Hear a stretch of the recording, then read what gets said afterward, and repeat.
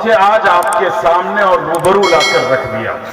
وہ جملہ ان کا یہ تھا کہ حضرت لوگ شہر شہر جاتے ہیں، اس قصبے اور دیہات کو، اس غیر افتادہ علاقے کو کوئی پوچھتا نہیں ہے۔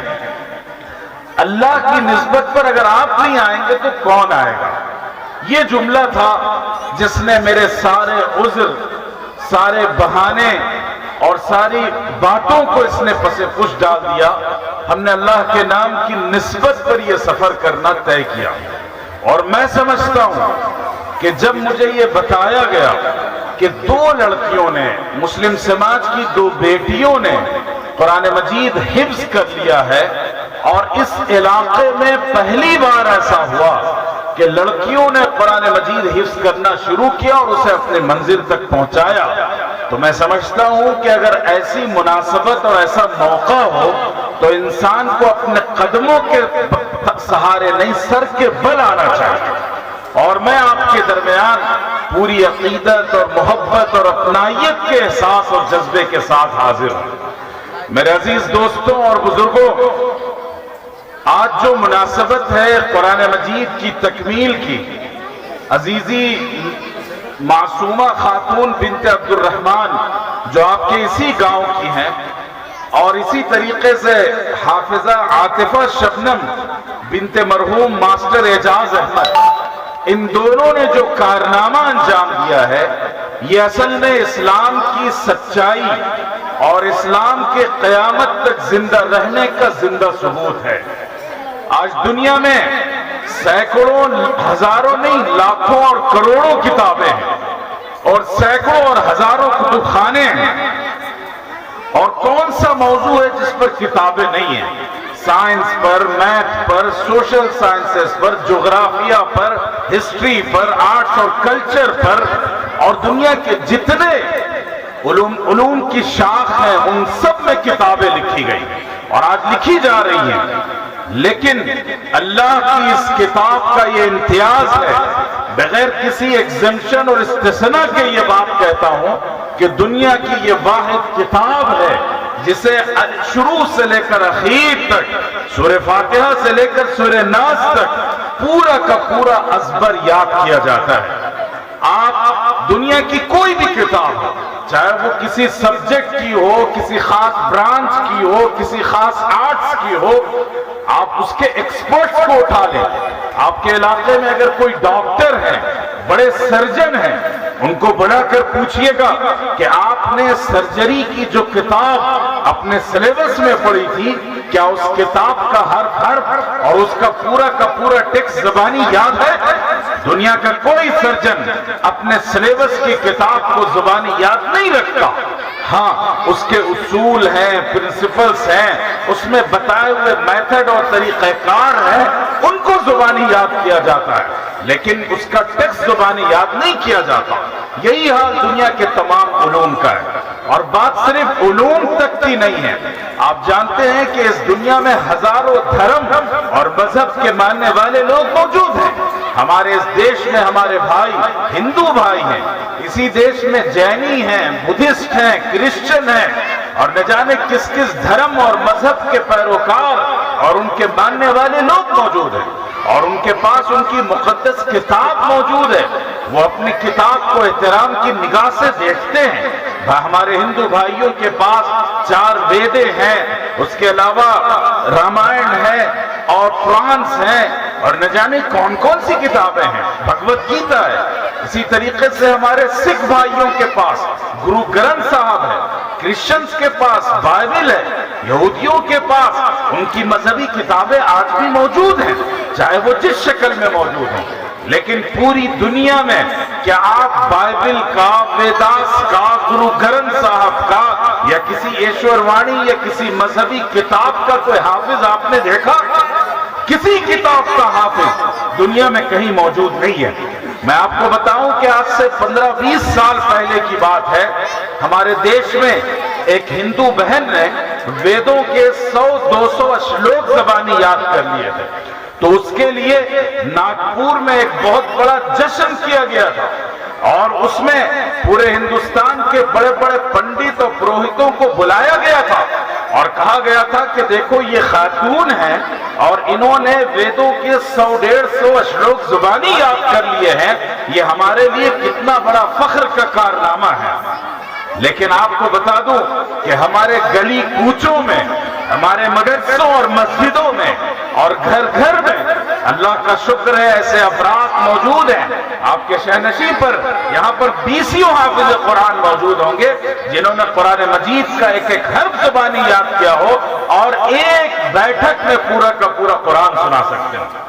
یاد رکھیے گا، یہ اس امت کا معجزہ ہے، یہ اس امت کی کرامت ہے، یہ اس امت کے زندہ ہونے کی دلیل ہے۔ اور بتا دوں میں آپ کو، جس طریقے سے پوری دنیا میں پچھلے 1450 سال میں اسلام کو ختم کرنے کی کوشش کی گئی، مسلمانوں کا قتل و خون کیا گیا اور مسلمانوں کے خون کی ہولیاں کھیلی گئی اور یہ کوشش کی گئی کہ مسلمانوں کو ہمیشہ کے لیے صفحہ ہستی سے مٹا دیا جائے، ان کا وجود ختم کر دیا جائے۔ لیکن آخر کیا بات ہے کہ وہ طاقتیں جو مسلمانوں کی عداوت پر آمادہ تھی وہ نیست و نابود ہو گئی، وہ سویلائزیشن اور وہ سپر پاور جنہوں نے اسلام پر بندش لگانے کا خواب دیکھا تھا، ان کے ٹکڑے ٹکڑے ہو گئے اور ان کی بخیہ ادھیڑ کر رکھ دی گئی۔ لیکن اسلام اپنی پوری توانائی کے ساتھ، اپنی پوری طاقت و توانائی کے ساتھ، اپنی پوری دلیل اور حجت کے ساتھ آج بھی زندہ ہے۔ اور آج کا سپر پاور، چاہے وہ امریکہ ہو، چاہے انگلینڈ ہو یا دنیا کی دوسری طاقتیں ہوں، وہ مختلف سازشیں رچتے ہیں، مختلف قوانین بناتے ہیں، سویلائزیشن کے نام پر یونائٹڈ نیشن کے ذریعے سے نئے نئے قواعد بنائے جاتے ہیں، نئے نئے قوانین بنائے جاتے ہیں تاکہ اسلام کو زیر کیا جا سکے۔ لیکن اللہ کا شکر اور اس کا کرم ہے کہ اس دیہات میں جو ہزاروں اور لاکھوں میل دور ہے، مکہ سے، مدینہ سے، اس علاقے میں اتنے ہزار لوگ آج اللہ کے کلام کو سننے کے لیے، اللہ کے کلام کی نسبت پر یہاں جمع ہے۔ یہ دراصل اس بات کا ثبوت ہے، یاد رکھیے گا کہ اللہ کی کتاب ہماری زندگی کی علامت ہے۔ جب قوموں نے اللہ کی کتاب کو اپنے سینے سے لگایا، قرآن مجید کو عزت و احترام کی نگاہ سے دیکھا اور اللہ کی کتاب کو اپنی زندگی میں نافذ کیا، تو یاد رکھیے گا اس قوم کو دنیا کی کوئی طاقت اور دنیا کا کوئی سپر پاور تباہ و برباد نہیں کر سکتا۔ جیسے آپ دیکھتے ہیں کہ سورج کا کام روشنی دینا ہے، اور جب سورج نکل آئے تو دنیا کی کوئی طاقت اس کی روشنی کو روک نہیں سکتی، کوئی اندھیرے کو تھام کر نہیں رکھ سکتا۔ اسی طریقے سے پانی کا کام آگ بجھانا ہے، زمین میں پیداوار لانا ہے، زندگی پیدا کرنا ہے۔ اسی طریقے سے یہ جو اللہ کی کتاب ہے جسے آپ قرآن مجید کہتے ہیں، کلام مجید کہتے ہیں، القرآن اور الفرقان کہتے ہیں، اللہ کی اس کتاب کی تاثیر یہ ہے کہ یہ قوموں کو اور افراد کو زندگی عطا کرتی ہے۔ اور جتنا سورج کی روشنی پر آپ کو یقین ہو اور جتنا بارش کی تاثیر پر آپ کو یقین ہو، اس سے زیادہ آپ کو یقین اللہ کی اس کتاب پر رکھنا چاہیے۔ اس لیے کہ آقا علیہ السلام نے فرمایا تھا اور بجا کہا تھا کہ ان اللہ لا يرفع بهذا الكتاب اقواما ويضع بها آخرین۔ اللہ تعالیٰ اس کتاب کے ذریعے سے، قرآن مجید کے ذریعے سے قوموں کو بلندی عطا کریں گے، اقتدار عطا کریں گے، شوکت و قوت عطا کی جائے گی، عزت عطا کی جائے گی۔ اور پھر اللہ کے رسول صلی اللہ علیہ وسلم نے فرمایا کہ اسی کتاب کے ذریعے سے اللہ تعالیٰ بہت سی قوموں کو ذلیل کر کر رکھ دیں گے، رسوا کر دیں گے، ان کے نام و نشان کو نیست و نابود کر دیا جائے گا، ان کے وجود کو صفحہ ہستی سے مٹا دیا جائے گا۔ یہ بات آقا علیہ السلام کی کہی ہوئی ہے، ہماری اور آپ کی نہیں ہے۔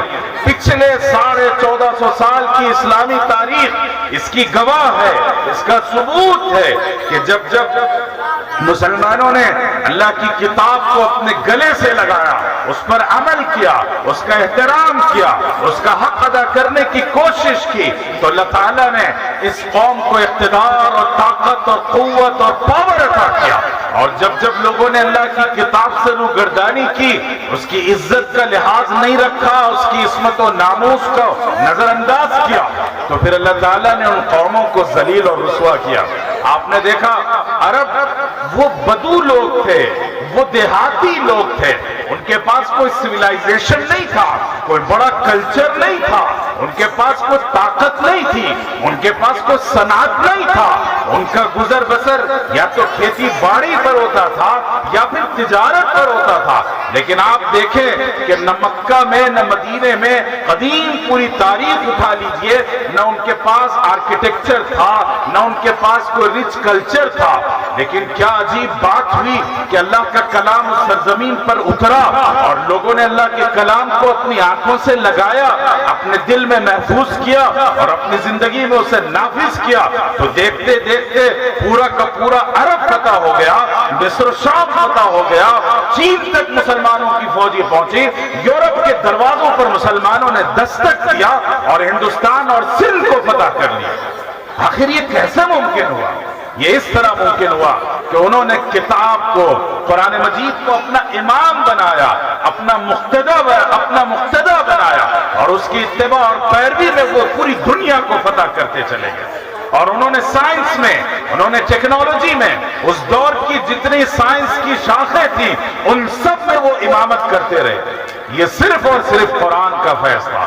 تو میری خواتین، بہنیں اور مائیں یہاں بیٹھی ہیں اور یہ سب نوجوان یہاں بیٹھے ہیں، آپ کے لیے یہ پیغام ہے کہ آپ اگر اپنے بچوں کو عزت کا حامل دیکھنا چاہتے ہیں، آپ چاہتے ہیں کہ ان کا مستقبل درست ہو، آپ چاہتے ہیں کہ یہ خوب ترقی کریں، آپ چاہتے ہیں کہ یہ پورے ملک اور قوم میں عزت حاصل کریں، تو یاد رکھیے گا اس کے ہزار راستے ہو سکتے ہیں، لیکن سب سے طاقتور، سب سے کامیاب اور سب سے نیک کوئی راستہ ہے تو وہ اللہ کی کتاب کا ہے۔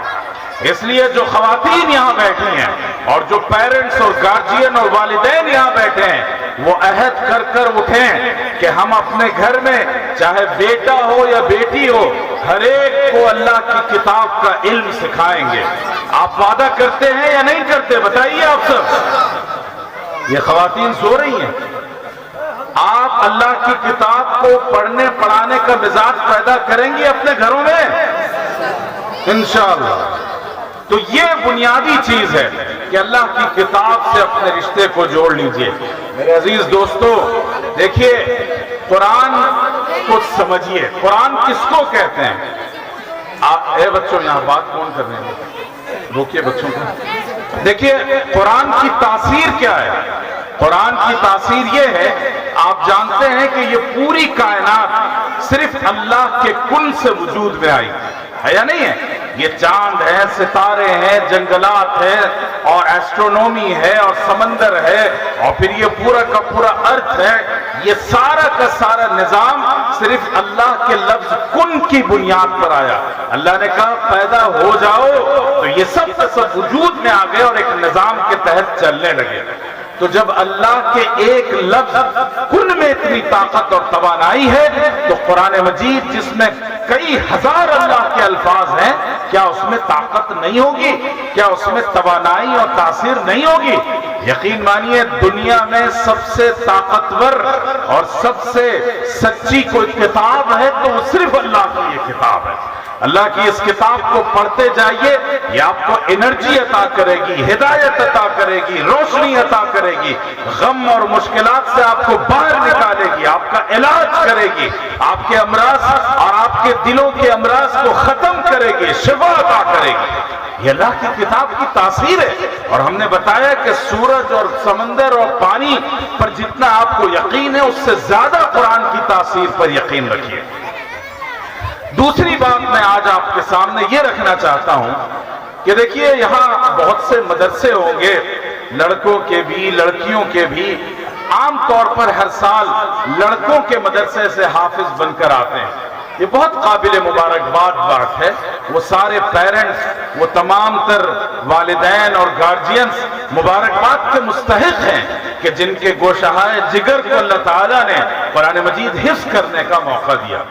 لیکن آج کی مناسبت، آج کا آپ کا یہ اجلاس اس حیثیت سے ممتاز ہے کہ آج دو بیٹیوں نے آپ کے سماج کی، مسلمانوں کی، انہوں نے قرآن مجید کو حفظ کیا۔ یہ بہت غیر معمولی بات ہے۔ جب ہم لڑکیوں کے حفظ کی تکمیل کا یہ جشن منا رہے ہیں تو ہمیں یاد کرنا چاہیے کہ اسلام کے لیے خواتین نے کیسی قربانیاں دی، ان کا کتنا بڑا کنٹریبیوشن رہا ہے، اور کس طریقے سے اسلام کی دعوت اور اس کی تعمیر اور اشاعت میں خواتین کا حصہ رہا ہے۔ ہم نے اسے فراموش کر دیا۔ ہم سمجھتے ہیں کہ اسلام کی دعوت کو پہنچانے میں، اس کی اشاعت میں، اس کی تبلیغ میں، تصنیف و تالیف اور کتابوں کے لکھنے میں صرف مردوں کا حصہ رہا ہے۔ ہمیں اپنا سبق یاد کرنا چاہیے، ایسا بالکل نہیں ہے۔